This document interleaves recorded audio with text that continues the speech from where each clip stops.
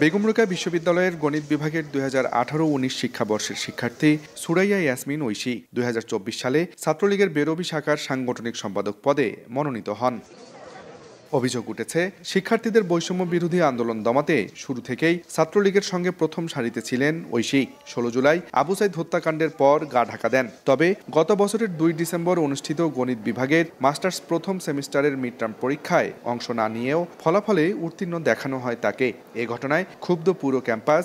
শিক্ষার্থীদের অভিযোগ, এর পেছনে দায়ী ওই বিভাগের শিক্ষক ডক্টর রুহুল আমিন। সে কোনো মিডে অংশগ্রহণ না করিয়ে তাকে মিড পরীক্ষায় 25-এর মধ্যে সে কিভাবে 16 পায়। এ বিষয়ে সাংবাদিকদের সঙ্গে কথা বলতে রাজি হননি অভিযুক্ত শিক্ষক ডক্টর রুহুল আমিন। তবে সঠিক তদন্তের মাধ্যমে যথাযথ ব্যবস্থা নেওয়ার আশ্বাস উপাচার্যের। 3 সদস্য কমিটি অতি সত্বর তার রিপোর্ট জমা দেওয়ার সাপেক্ষে এটা বিশ্ববিদ্যালয়ের বিধি অনুযায়ী আমরা তার ব্যবস্থা গ্রহণ করব ইনশাআল্লাহ। এটা যেন পরবর্তীতে কোনো ডিপার্টমেন্টের কোনো শিক্ষক এই ধরনের কার্যক্রম আর কখনো লিপ্ত না হয়, সেজন্য সবাইকে সতর্ক হওয়ার জন্য আহ্বান জানাচ্ছি।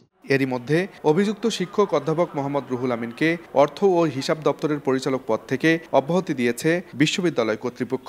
ঘটনার সুষ্ঠু তদন্তে গঠন করা হয়েছে 3 সদস্যের তদন্ত কমিটি। আব্দুর রশিদ জীবন, সময় সংবাদ, রংপুর।